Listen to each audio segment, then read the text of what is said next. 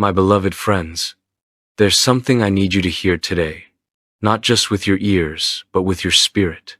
Something deeper than a teaching, more sacred than advice. It's a truth about life, about calling, about the burden of being chosen. You see, being chosen isn't always what people think it is. It's not glamorous. It's not comfortable. It doesn't come wrapped in applause or tied with ribbons of approval. No, being chosen comes with weight, a sacred weight, and many people will never understand it. When God places a calling on your life, it sets you apart. You don't get to walk the road everyone else walks. You don't get to blend in, to disappear into the crowd, to take the easy path. Instead, He pulls you out. He places you on a path that's narrow, a path that's lonely, a path that requires something more of you, something deeper, something sacred. And yes, that separation, it often feels like isolation. It feels like rejection, like being invisible in rooms where others shine, like not belonging even when you're surrounded by people who know your name. But let me tell you something. You were never meant to belong where you were called to lead. The burden of being chosen?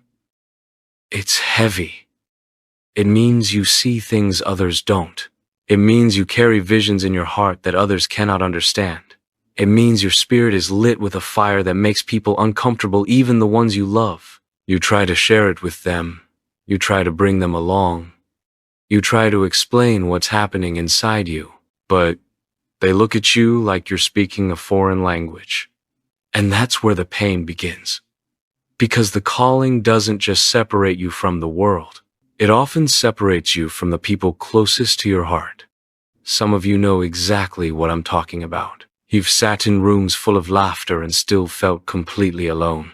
You've been surrounded by people who care, but still felt that ache inside the ache that whispers, "You're meant for something else." And I want you to know, that ache is not a mistake. That ache is a signal. It's heaven's whisper reminding you, you're being prepared for something greater. Something not everyone is called to carry. Because when you're chosen, you can't live like everyone else. You can't think like everyone else. You can't move like everyone else. That's why you don't fit in. That's why the crowd doesn't feel right. That's why you feel like an outsider even in places that once felt like home. It's not because there's something wrong with you. It's because there's something different about you. God has placed something in you that requires space to grow. And that space often looks like isolation. But hear me. Some of the greatest people God ever used were first pulled into seasons of solitude. Moses, raised in Pharaoh's palace, but always a stranger. Joseph, given dreams by God, only to be betrayed and sold by his own brothers. David, anointed as king, but sent back to tend sheep, rejected over and over. Why? Because before you can carry the crown, you must carry the weight. Before elevation comes preparation.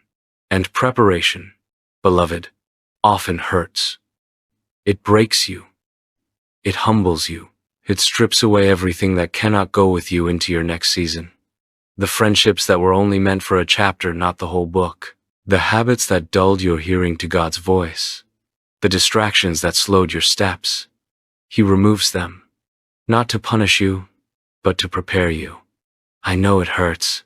I know there are nights when your pillow is soaked in tears. I know there are moments when you say, "God, I can't do this anymore." But you can. You were built for this. You were chosen for this. And if He called you to it, He will give you the strength to carry it. Loneliness is not the end of your story. It is the refining fire of your purpose. It is where God's voice gets clearer, where your character is sharpened, where your faith is anchored. So don't resist the process. Don't rush it. Don't despise it. Embrace it. Because when the time comes, and God says, "Now," you'll realize that loneliness was never loneliness. It was divine intimacy. It was God, walking with you in the hidden place, preparing you for the spotlight. And now we must talk about rejection. Rejection has a way of slicing deep. It makes you question your worth, your value, your calling. You step out in faith, believing others will see what God has placed in you. You hope they'll cheer you on, but instead, they walk away. They dismiss you. They reject the very thing God put in you. And that rejection, it doesn't just break your heart, it shakes your spirit. But hear me clearly, rejection is not a punishment. It is preparation. It is not a curse. It is a divine redirection. If Joseph's brothers had embraced him, he would have never made it to Egypt. If they hadn't sold him, he wouldn't have reached the palace. If he hadn't been betrayed, he wouldn't have been positioned. So don't let rejection define your identity. Rejection is often God's loudest yes. It just comes in the form of a no. Some of you are holding on to the pain of who left, still nursing the wounds of their words, still measuring your worth by who didn't believe in you. But God's calling on your life is not dependent on their acceptance. If God chose you, that is all the confirmation you need. Let go of needing everyone to understand. Let go of needing to be liked, applauded, accepted. Because the truth is, the greater the calling, the greater the rejection, the higher the purpose, the lonelier the path. Even Jesus was rejected by the very people he came to save.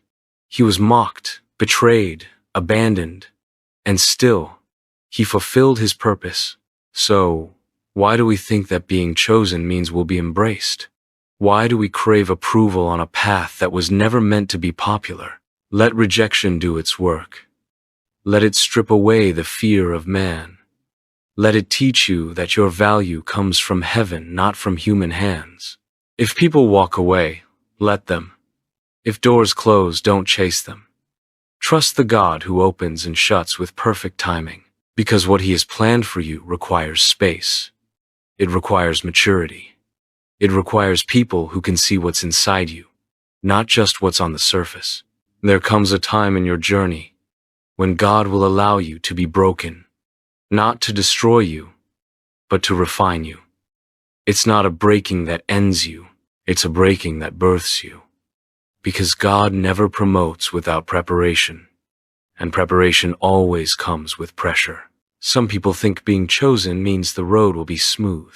But if you study anyone God ever used, you'll find a pattern. Before the throne, there's a valley. Before the crown, there's a crushing. Before the miracle, there's a mourning.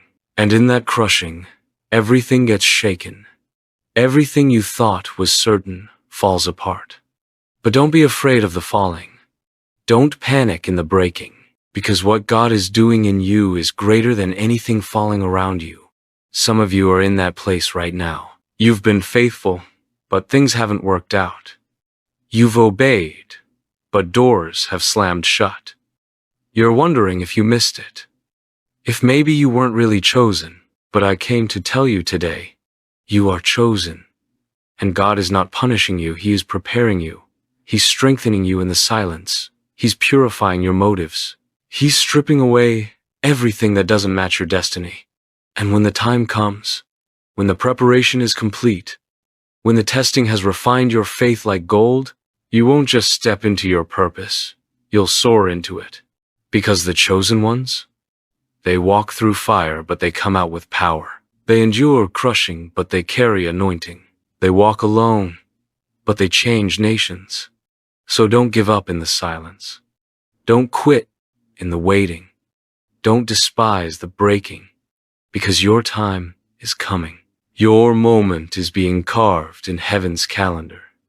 And when God says it's time, no man can stop it. No rejection can block it. No pain can delay it. Stay faithful, stay strong, stay set apart. Because the road of the chosen may be lonely, but the purpose is eternal. And your destiny is worth every step.